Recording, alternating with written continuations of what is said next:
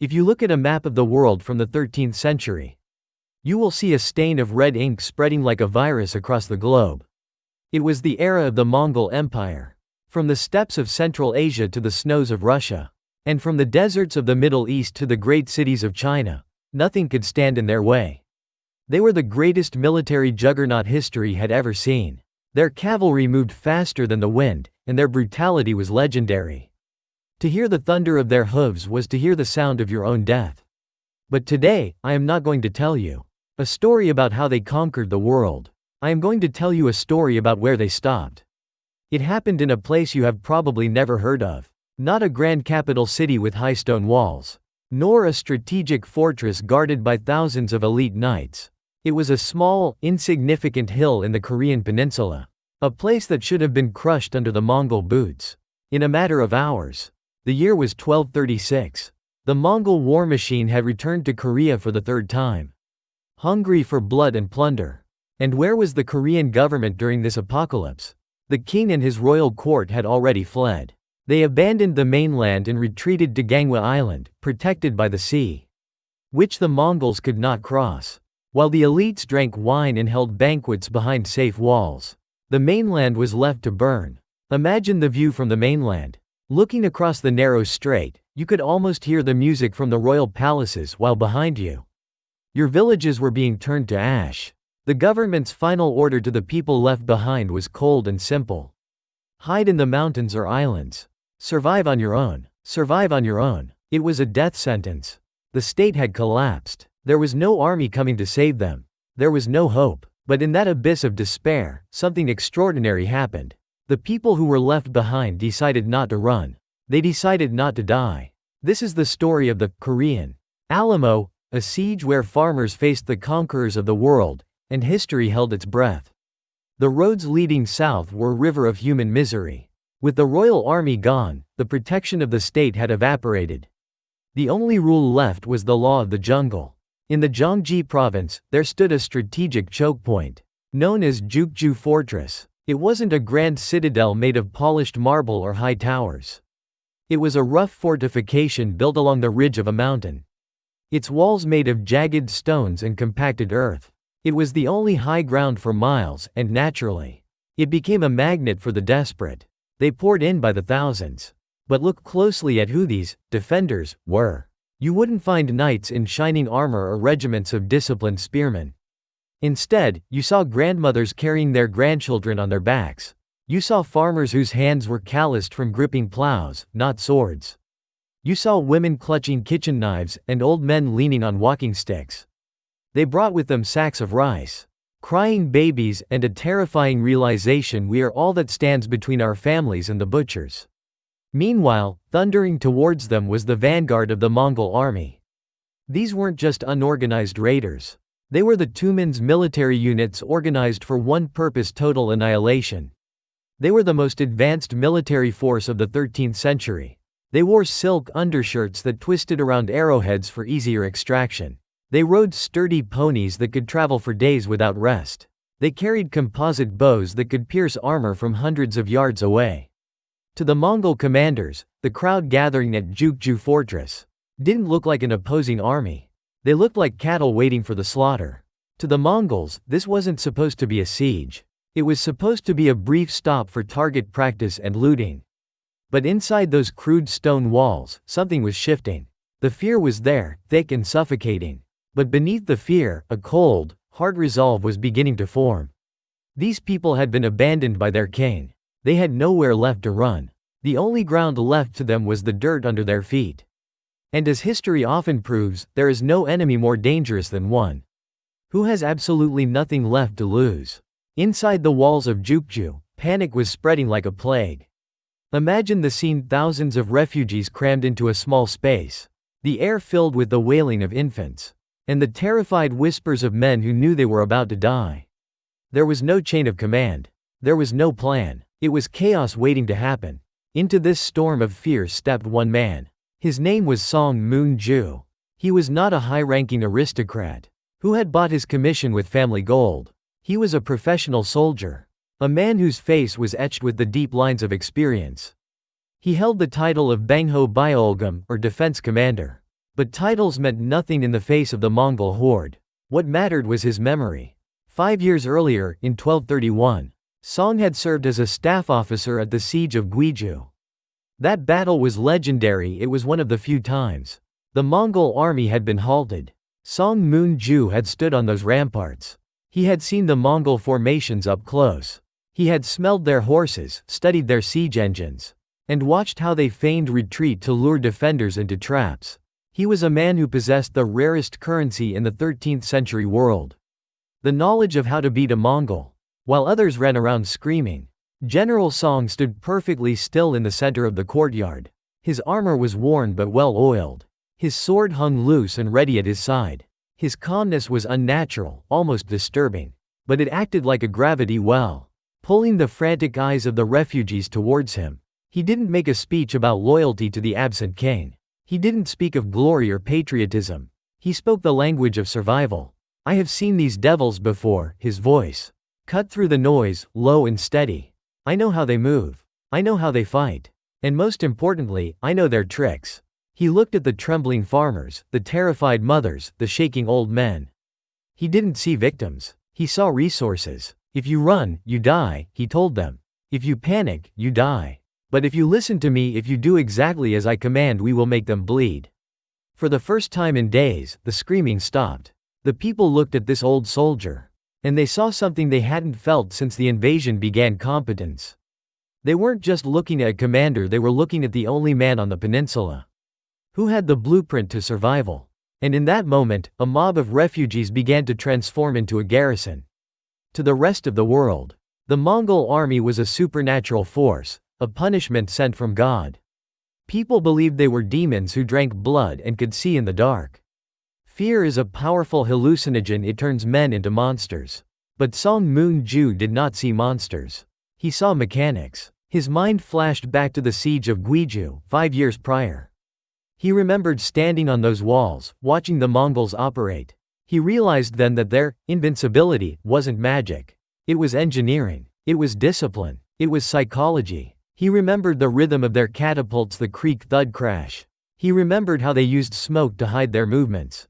He remembered how they would send a small, weak force to attack a gate, only to hide their elite shock troops in the bushes nearby, waiting for the defenders to open the doors. He had decoded their algorithm.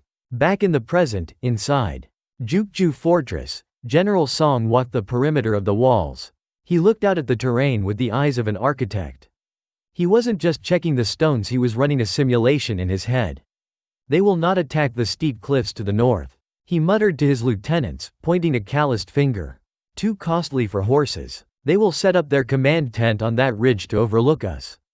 They will start with psychological noise to break our spirit. And then, he paused, looking at the dry wooden structures along the battlements. Then they will try to burn us out. He turned to the people. He didn't offer them comforting lies. He offered them technical instructions. The enemy is predictable, he announced. They are arrogant. They think we are ignorant peasants who will run at the first sight of fire. We are going to use their arrogance against them. He began to issue orders that made no sense to the farmers. He told them to gather water, but not for drinking. He told them to dig up the clay soil from the fortress floor. He was preparing a countermeasure so specific, so bizarre, that people wondered if the stress had finally broken his mind. But Song Mun-ju was perfectly sane. He was a chess master who had already played this game before.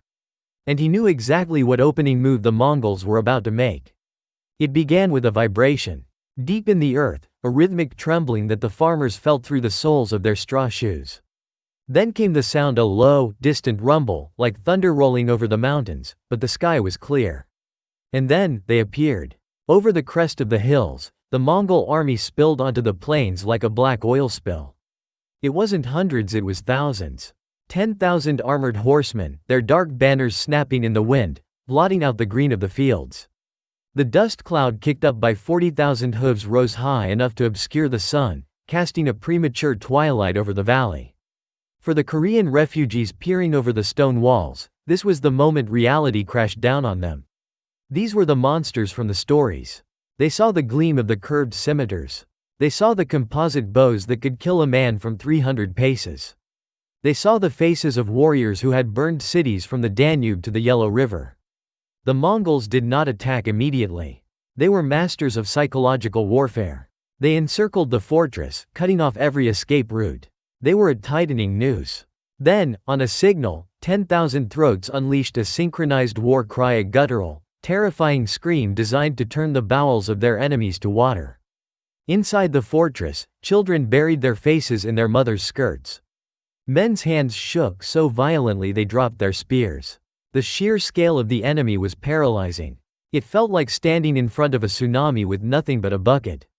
But on the highest rampart, General Song Mun-ju stood motionless. He didn't blink. He didn't flinch. He watched the enemy deployment with the cold, detached gaze of a surgeon looking at a tumor. "Look at them," he said to a trembling lieutenant, his voice steady enough to carve stone. "They are loud. They are many. But they are making a mistake." He pointed to the heavy siege engines being wheeled into position, wooden beasts designed to crush walls. "They think this will be a slaughter," Song murmured. "They are getting careless. They are positioning their commanders too close to the front. They think we are already dead." The general turned his back on the terrifying vista and faced his people. The fear in the air was thick enough to taste, but Song's eyes were burning with a terrifying intensity. The psychological game had begun, and while the Mongols were playing checkers, Song Mun-ju was playing 3D chess.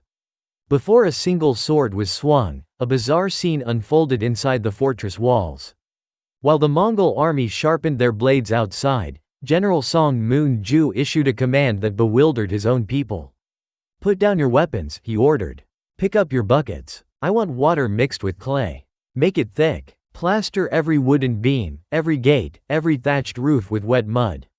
The refugees looked at each other in confusion. The enemy was at the gates, breathing down their necks, and their commander wanted them to play with mud? Whispers began to circulate. Has the fear driven him mad? Is he senile? We need arrows, not dirt. But Song's eyes were fierce, and his voice brokered no argument. Reluctantly, the people obeyed. They hauled water, mixed the earth, and coated the flammable structures of the fortress in a thick, ugly layer of sludge. Then, the sky darkened. With a twang that sounded like a breaking harp string, thousands of Mongol arrows arced over the walls. But these weren't ordinary arrows. Their tips were wrapped in cloth soaked in animal fat and oil. It was the medieval equivalent of napalm.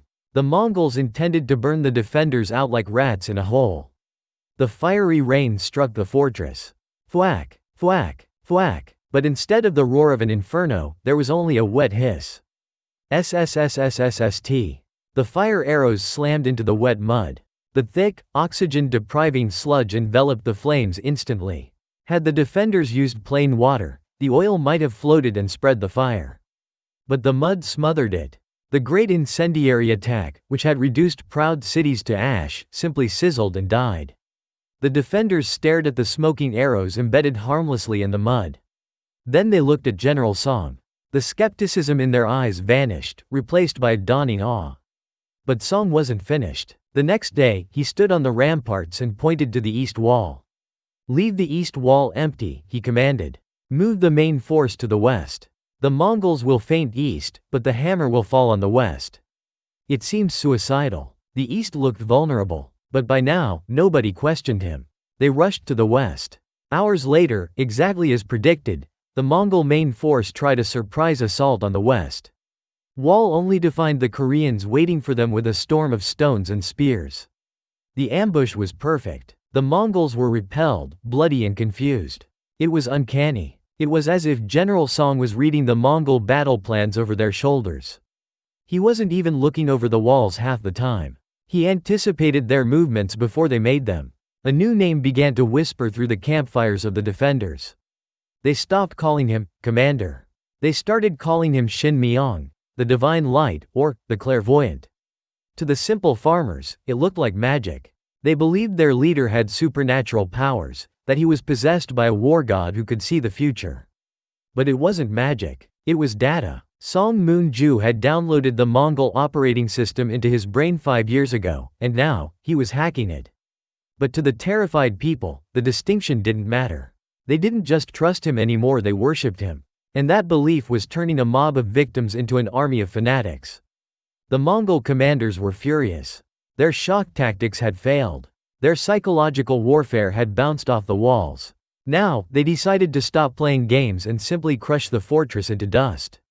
They rolled out their heavy artillery, massive traction trebuchets and catapults. These were the siege engines that had smashed the walls of Beijing and Samarkand. Whump! A massive stone the size of a man's torso hurtled through the air. Crash! It slammed into the parapets, sending shards of rock and bone shrapnel flying. Then another. And another. The air was filled with the terrifying hum of flying boulders. The defenders cowered, covering their heads. How do you fight a mountain that is being thrown at you? But General Song watched the trajectory of the stones with a cold, calculating eye. He realized the weakness of the Mongol artillery. They were short-range machines. To hit the walls, the operators had to be dangerously close. Do not waste arrows on the stones. Song roared above the din. Target the operators. Kill the engineers. He moved his best archers to the very edge of the broken battlements. They ignored the terrifying rocks flying towards them and focused on the men pulling the levers. Fwip, fwip. One by one, the Mongol engineers dropped dead, arrows protruding from their necks and chests. The great machines fell silent, unmanned. The Mongol assault stalled. Without their technicians, their technology was useless. Enraged, the Mongol general ordered a gruesome escalation. If they couldn't smash the walls, they would melt them. They began to hurl pots of boiling oil and human fat rendered from the dead onto the walls. The stench of burning flesh and the thick, black smoke choked the defenders. It was biological and psychological terror combined. But Song was ready. Water and earth. Buckets of water and mounds of wet earth were dumped onto the burning oil, cooling the stones and suffocating the flames. When the Mongols tried to rush the walls with ladders amidst the smoke, the defenders poured the boiling water back onto them. It was a masterclass in counter-tactics. The Mongols thrust with a spear, Song parried with a shield. They tried to burn, he doused. They tried to climb, he pushed. It was like a game of rock paper scissors where Song Mun-ju already knew what his opponent would throw. The invincible Mongol army found themselves trapped in a nightmare. They were fighting a ghost who anticipated their every breath. For the first time in their campaign, the Mongols weren't looking at a conquest, they were looking at a stalemate. And for the proud warriors of the steppe, that was unforgivable. Have you ever trusted someone so much that your fear of death simply vanished? That is the miracle that took place inside Jukju. Days turned into nights. The screaming stopped. The weeping ceased. Around the campfires, the conversation changed. The farmers weren't talking about how they were going to die anymore. They were talking about how they were fighting. Did you see? He knew they were coming from the west. The mud. It stopped the fire. How did he know? He is not a man. He is a ghost. He sees everything. They gave him a nickname, Shin Myong. It translates roughly to divine light, but in the context of war, it meant the one who sees tomorrow. To these abandoned people, Song Mun-ju was no longer just a commander. He was a guarantee of survival. When he walked the ramparts, men stood taller. When he slept, which was rare, the guards watched over him like he was a holy relic. The atmosphere in the fortress shifted from desperation to a strange, intoxicating confidence. The refugees stopped looking at the ground, they started looking the Mongols in the eye. They realized that the demons on the horses bled when you cut them. They screamed when you poured boiling water on them. They were mortal. Song Mun-ju had done the impossible. Without drilling a single formation, without issuing new weapons, he had forged an army out of a mob. He didn't give them better steel, he gave them a spine. We can win this, they whispered. We are actually winning. But hope is a fragile thing in war. The Mongols, humiliated and enraged, were done playing games. The cat and mouse tactics were over. The brute force was about to begin. And the newfound faith of the defenders was about to be tested against the breaking point of reality. But even the strongest stone cracks if you hit it enough times. General Song's tactics were perfect, but tactics cannot change physics. And they cannot cure exhaustion. The Mongols, realizing they couldn't outsmart Song, decided to simply outlast him.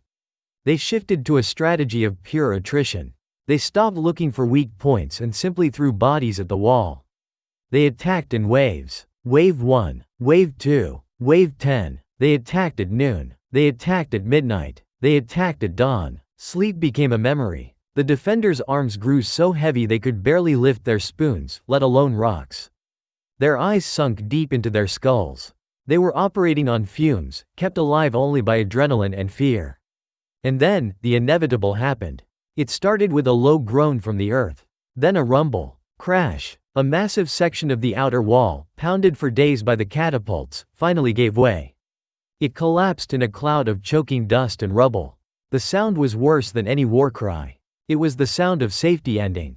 Through the settling dust, the defenders saw the nightmare scenario: a gaping hole in their defenses. And through that hole, they saw the Mongol heavy infantry, the elite shock troops clad in heavy iron lamellar armor drawing their curved blades. The wall is down. We are breached. The scream tore through the air. The fragile confidence that General Song had built over the last week shattered in a second. Tactics didn't matter anymore. Strategy was useless. The divine light couldn't magic the stones back into place. The enemy was no longer outside. They were coming inside. Panic, cold and sharp, returned to Jukju. The children began to wail. The men looked at the breach with dead eyes. This was it. The miracle was over. The massacre was about to begin. In that split second of horror, time seemed to freeze. The soldiers on the wall were exhausted, their quivers empty, their spirits broken. The Mongol heavy infantry roared, stepping over the rubble, ready to butcher everyone inside. General Song opened his mouth to shout an order, but he didn't need to. The first person to move wasn't a soldier. It wasn't a strong young man. It was an old woman. Her hair was white, her back bent with age. She saw the Mongols entering. She didn't scream. Instead, she tied her skirt tight around her waist. She walked over to a heavy rock, one that she normally wouldn't have the strength to lift. With a groan that came from the depths of her soul, she heaved it against her chest and began to stagger toward the breach. Her daughter-in-law saw this. She wiped her tears, grabbed a sack of dirt, and followed. Then the children, little hands, trembling but determined, picked up stones. It was a chain reaction. A spark in a room full of gasoline. The blacksmith, too tired to swing a hammer, grabbed a red-hot iron tong from his fire. The farmer, whose spear had broken, picked up a rusted sickle. My home, my family. That primal instinct overrode the fear of death. It wasn't a military maneuver anymore. It was total war. They swarmed the breach. They didn't march like soldiers, they flooded like a river. Imagine the shock of the Mongol elite troops. They were expecting cowering victims. Instead, they were met by a wall of screaming grandmothers and furious fathers. A Mongol soldier raised his sword, only to be hit in the helmet by a rock thrown by a child. Another was shoved back by 3 women pushing a log. This is not an army. The Mongols must have thought. This is a hive. The breach in the wall was filled, not with stone and mortar, but with human flesh and blood. The sheer ferocity of people fighting for their offspring terrified the invaders. A cornered rat will bite a cat, but a cornered mother will fight a dragon. And in that breach, the dragon of Mongolia met the mothers of Korea. The breach became a slaughterhouse. It was a chaotic, screaming tangle of limbs, steel, and stone. The Mongol heavy cavalry, dismounted and fighting on foot, were the finest killers in the world. Their armor was designed to stop arrows and deflect swords. But it was not designed for this. From the top of the crumbled wall, the women of Jukju unleashed their ultimate weapon. They dragged massive iron cauldrons from the kitchen's pots used to boil soup for the village. But today, they were filled with water, oil, and even human waste, boiled until it bubbled and hissed. Pour it, now. Splash. The scalding liquid cascaded down onto the Mongol attackers. It was a horrific weapon. Arrows can be blocked by shields. Swords can be parried by armor. But boiling water? It flows. It finds the gaps. It seeped through the eye slits of helmets, trickled into the joints of the heavy lamellar armor, and cooked the skin underneath. The screams of the Mongol warriors were unearthly. The invincible conquerors danced in agony, tearing off their own helmets, their discipline shattering instantly. And in that moment of confusion, the farmers struck. They didn't fence like gentlemen. They fought like wild animals. A farmer with a sickle hooked the leg of a staggering Mongol, dragging him down into the mud. A blacksmith smashed a helmet with a hammer intended for horseshoes. Teenagers threw fistfuls of ash into the eyes of the enemy, blinding them. It was brutal. It was ugly. It was magnificent. The Mongols looked into the faces of these people and saw something they had never seen in Russia or China. They saw absolute, unhinged madness. These weren't soldiers following orders. These were people who had decided that they would rather tear the enemy apart with their teeth than let them take one more step into their home. The elite Tumen, who had never known defeat, began to step back. First one step, then two. The psychological wall was harder to break than the stone one. They could fight an army, but they could not fight a population that had turned itself into a weapon of mass destruction. The breach was held, not by steel but by boiling water and iron will. For 15 days, the valley had echoed with the sounds of hell screams, clashing steel, and the roar of fire. But on the morning of the 16th day, a strange sound woke the defenders. Silence. The sun rose over the mountains, casting a pale light on the blood-soaked walls. The defenders, half asleep and clutching their broken weapons, peered over the parapets, expecting another wave of arrows. Instead, they saw movement. But not towards the fortress. Away from it. Below, in the Mongol camp, tents were being struck. Fires were being extinguished. The vast sea of horses was turning its head south. The Mongol commander sat on his horse, looking up at the battered walls of Jukju one last time.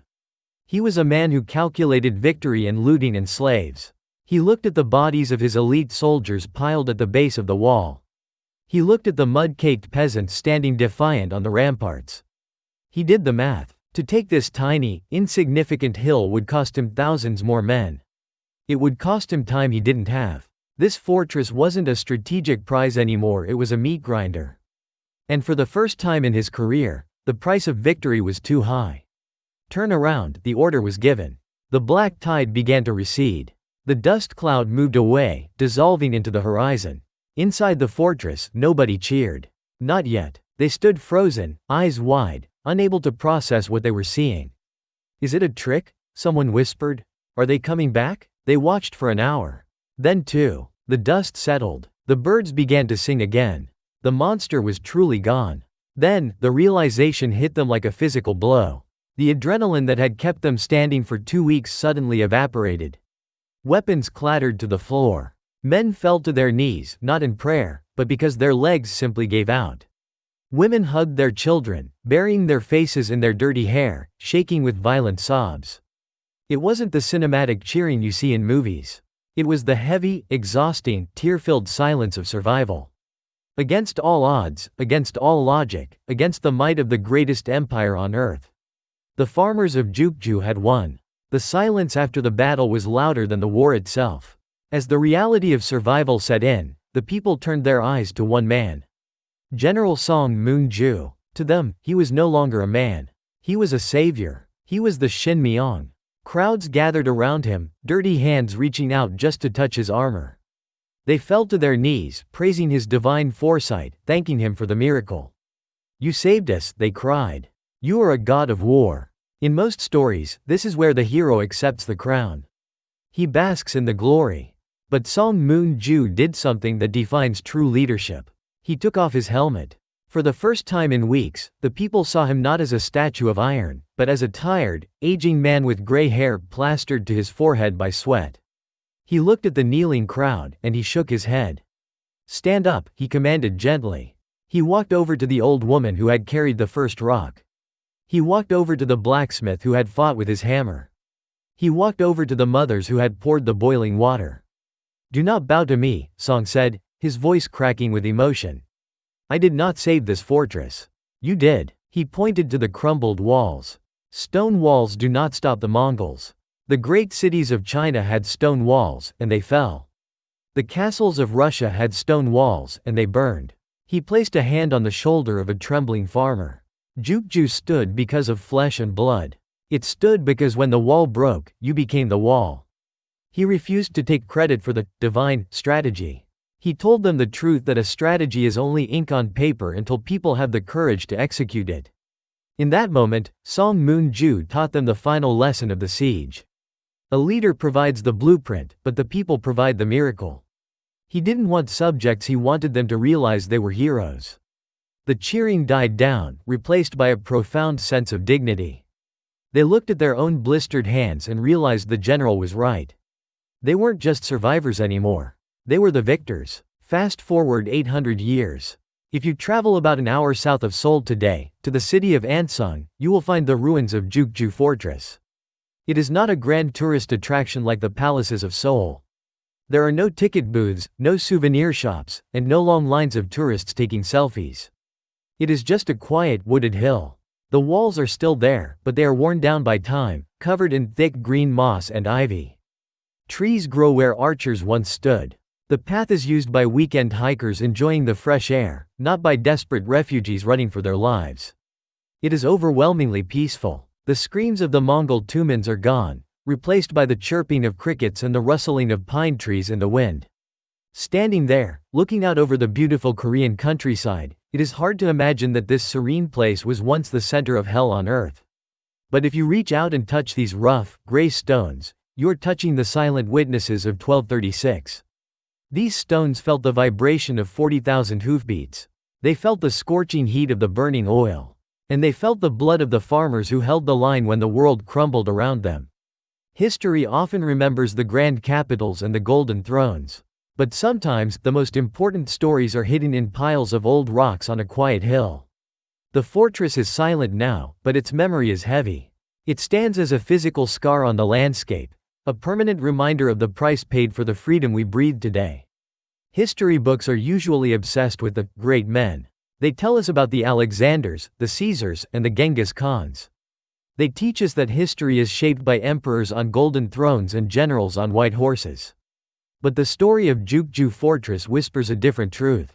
It tells us that when the world is burning, and when the great men have fled to safety, history is not over. It is just beginning. It is picked up by the hands of the ordinary. The farmer with his sickle. The mother with her stone. The veteran who refused to bow. The Mongols conquered the biggest empires the world had ever known.